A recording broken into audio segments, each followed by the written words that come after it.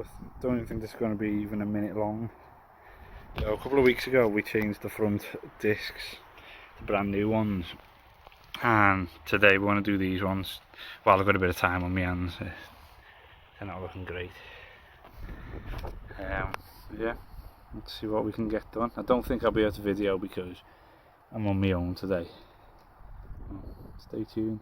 Okay, so I'm going to avoid the mistake that we made with the front ones, which is basically we tried to get that off this screw here that holds the brake disc in place, and it snapped. So John's advised me to give just this area a good bash with a hammer. It should loosen up any rust that's holding it in place.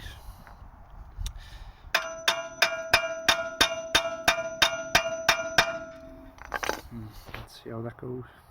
Can't find my new set of torque screwdriver bits, so I'll just use my new set. It's a T30.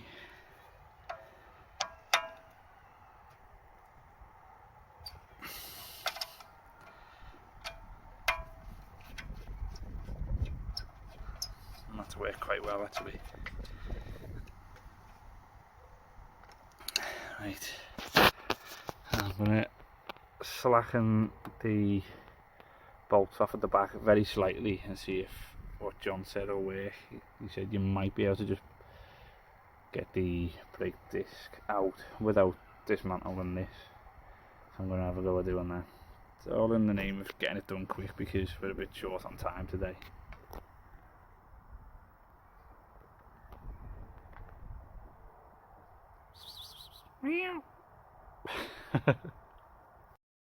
Okay, so took the main part of the caliper off. Was going to try getting that out there, but it's not going to go, so this is going to have to come off.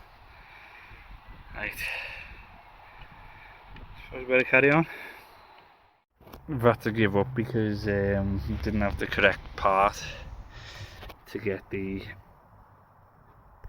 frame of the caliper off. We got the caliper, couldn't get the frame off, which meant we couldn't get the disc off.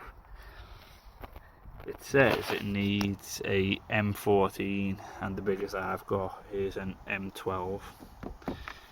So I think I'm just going to save myself the effort and just let a garage do it. I'm supplying the parts anyway, so they'll only be charging labour. So that was a bit of a waste of a day. Car's now off the road until John gets back from his little family meal to turn my brakes back on. So yeah, just gonna have to wait. Oh, yeah. Yeah, I think that's all I can do now. Thanks for watching. Please like, comment and subscribe. I'll see you in the next one.